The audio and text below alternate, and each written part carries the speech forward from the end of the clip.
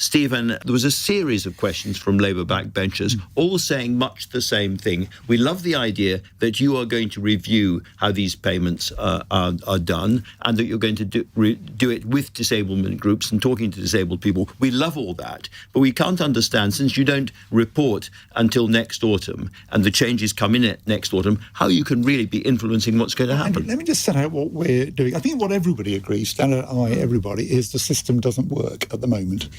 We've still got a lower employment rate in the UK than we had before the pandemic. We're unique in the G7 in that respect. And this system is a big part of the reason for it. So we need to fix it. We're doing three things. Number one, bringing forward a big package of proper employment support, learning from the successes of the last government in getting disabled people into work. What's so frustrating, right? What's so incredibly frustrating is that they always bring this up in response to the opposition to the PIP, because they know that it's fine. I agree it's good. I agree that these employment support things, expenditure on getting people and helping people back into work should they want to do so, is literally absolutely fine.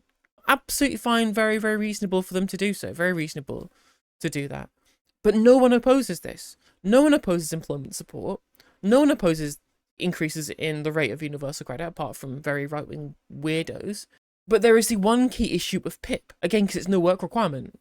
His opening gambit was that the welfare system is fundamentally broken. And maybe there are some parts of it that don't work. Certainly, the ability of people in job centres having their role be helping people rather than hurting people is something that is broken. You and I would agree with this, Stephen. You and I would both agree. You and I would both agree that a system that tries to keep people dependent rather than independent is a bad system. We agree from what we've seen in terms of the evidence, in terms of the way in which people interact, in terms of things like PIP, it's demeaning, and you shouldn't have to have multiple reassessments when it comes to the ability to try out whether you can work or not, and then not have to go back through the assessment procedure if that doesn't work out. Replacing this is good. We agree. But none of this makes up for the fact that you can't somehow conflate reasonable criticisms of the welfare system more broadly with the broken welfare system being somehow to blame for the increase in its expenditure. Disabled people receiving PIP is not why the welfare system is broken. And you keep talking about real problems with the welfare system to smuggle in the reality, which is that there's nothing wrong with disabled people being disabled, and PIP should absolutely be there to support them. And you just want to take away their payments to be able to penny pinch for the Treasury. That's it, you know? The disabled people are not the symptom of the broken welfare system. There are 200,000 people at the moment out of work on health and disability grounds who say they could be in a job today if they had the support to make it possible for them. We're going to provide that support. Yeah, so taking away PIP is the opposite of that. Secondly, we're removing very serious work disincentives in the current universal credit benefit system, including the first ever increase, real terms increase, permanent, in the standard allowance of universal credit. And just to jump in on that one before we get to thirdly, is this basically because people on benefits, if they try to get into work, if they try out a job, lose the benefit immediately and they're too scared to do it? That is a big part of the problem, and that's why we're bringing forward the right to try legislation to put on the face of legislation that if you do try out work, you will not lose your benefit as a result of that.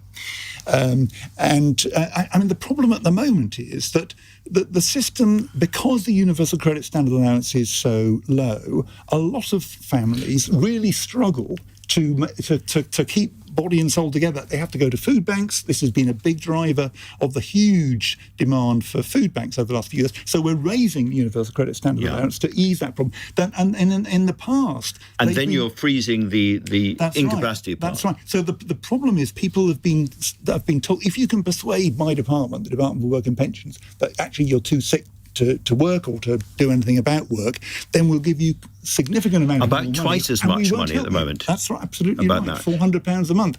And I saw a letter from somebody the other week that an MP sent to me that said, if only you classified me in this LCWRA group, then you would pay me £400 a month more and I would be comfortable. And the system sort of forces people to kind of aspire to be out of work on health grounds in this way, when what the system should be doing is encouraging people to aspire to work and providing the support to make work possible. Well, and the changes we're delivering will enable that. I'm a great reader of facial expressions, and I can tell that Stella Creasy is listening to you attentively, but is not completely convinced. Stella. Well, Stephen, I want to understand what's going to happen to the 40% of PIP claimants who are in work, because I think many of us understand and recognise the challenges that you're talking about. And when you and I did talk about this, we talked about things like the Future Jobs Fund and a national insurance contribution holiday for taking on someone who's disabled and trying to address those barriers for people who are disabled getting into work.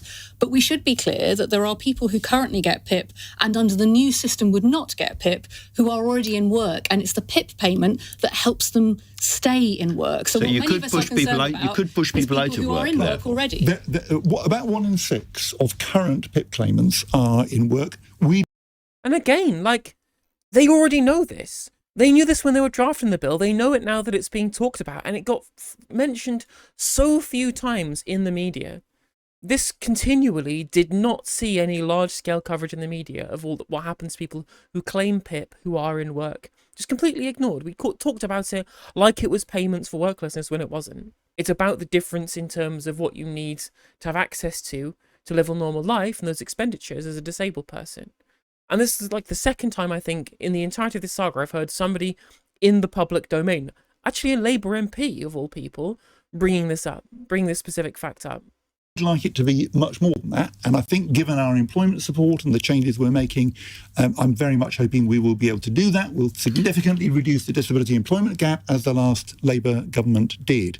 But it is really important that the cost of PIP should be financially sustainable. Because okay, so that's the long and short of it then.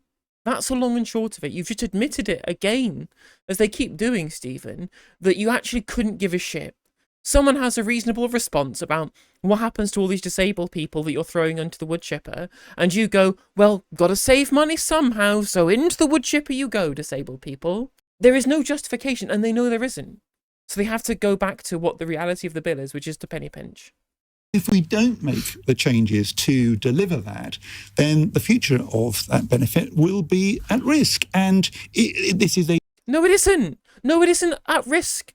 What, do you think some other potential government is just going to get rid of PIP altogether because the costs are increasing? I mean, obviously reform might do that, but like, that won't be changed by you as this government taking PIP away from people who need it. If you change, I don't know, how much tax is paid so that would maintain the fiscal rules and also be able to increase welfare payments for the disabled, then there wouldn't be any justification for future government to be even more draconian and depraved than you. What we're actually saying here is, I don't care about the 100,000 extra people who are going to push into poverty even after the changes in response to Makilia, the concessions. I don't care about them. You have to save money somehow. I don't care about the disabled people who are no longer be able to be in work because they no longer receive PIP. Got to save money somehow. I don't care about the disabled people who might fucking kill themselves because of not being able to live a decent life because they've had their PIP taken away. Got to save money somehow. That's what he is explicitly saying here. I do not care about the people who are getting PIP now who might not get it in future if they get reassessed, or the future PIP claimants who would get it under the previous system but won't anymore because they've been proven to need it by the current criteria, right? I don't care if these people are in poverty, if these people fall out of the workforce, or if it comes to it, they kill themselves, save money somehow. Vital support for a large number of people, many with quite severe impairments. They will be fully supported in the future, as they have been in the past. Current claimants, including those in work, will not be affected at all by this. But so it's a strong package to change things for the better. But it is fair to say, isn't it, Stephen, that future people who might need PIP to be able to get into work and to stay in work, many of my constituents who have that PIP that allows them to cover mobility costs to be able to get into work, they wouldn't be entitled to that support unless they meet your 4-point criteria. So we could see people who would be... That isn't right. We're not making any changes at all to the mobility component. So those not just mobility, but those people for whom PIP helps pay for the support they need to be able to stay in work, if that support is dependent on them only getting 4 points, and on the current system they don't get 4 points but they get cumulatively, say, 12 points, those people would miss out in the way that somebody existing gets 12 points will be able to retain those rights, wouldn't What they? we're doing is learning lessons from the last Labour government, the success of the New Deal for disabled people, providing much, much stronger support for the people that you... But no one is quibbling this. Stop redirecting. Stop redirecting away from the reality of this and talking about things that nobody would disagree with to cover up for the fact that what else you're doing is monstrous. Stephen, sorry to jump in. Your answer to her question is effectively yes, isn't it? No, I don't think it is. What we're saying for new claimants is there will be a different system. There will be very... Yes, if you're disabled under the new system, if you're a new claimant, right, fuck you, is what you're saying. If you're a new claimant and you can't wash your undercarriage, fuck you. Go die in a field. That's the reality, right? That's the reality of what he's saying here. Is that, oh, there's going to be a different system. Yeah, a worse one. A worse system. That's what you're admitting here, Stephen. It's what you're admitting here. Strong employment support provided with the commitment that we've made. Some people who at the moment could claim PIP will not be able to from November next year. Let me just jump. I'm sorry to jump in. There will be other support provided for them. I'm sorry to jump in one more time. But this is all about persuading people to go into work, employment support, and keeping people in work who are there already. And quite a lot of people look at the numbers and say the Treasury has simply not given you enough money early enough to get those people into work. In other words, it's not front-loaded, it's back-loaded, and there's not enough of it. I don't think that's correct. We are, this year, rolling out the Connect to Work programme across the whole of England and Wales, which will, next year, support 100,000 people. So that support is in place in time, and it's going to build up to £1 billion a year by the end of the Parliament. Stella, you listened to that. Have you decided what to do? I think more work needs to be done about the people who are currently entitled to PIP, and that PIP is the difference between being able to continue in work and not being able to continue in work, and future claimants who are exactly like that, because those people will come through our doors in November 2026, and we don't have an answer for them. You're doing a review, which makes a lot of sense to review these categories, because we've all looked at categories and think they don't work. But that's not going to influence those people from November, and actually the clock is ticking. So you're so concerned. In short, you are... Yep, so true. Absolutely, she's absolutely right, 100% correct. And that's the thing as well, is that the only reason why you'd want to protect old claimants and not new ones is because it's politically easier. It is politically easier to deal with somebody who doesn't realise they're missing out on something that they need than to deal with the fallout from someone having something they need taken away from them. That's a political choice, right? It's easier to deal with politically. Because if you're trying to spin the lie that it's about the utility, then you can't make a distinction between old and new claims, because neither of these things are different. Not convinced at this I'm worried stage. we're going to have three different groups of claimants. Stephen, last question. Are you going to win the vote tomorrow?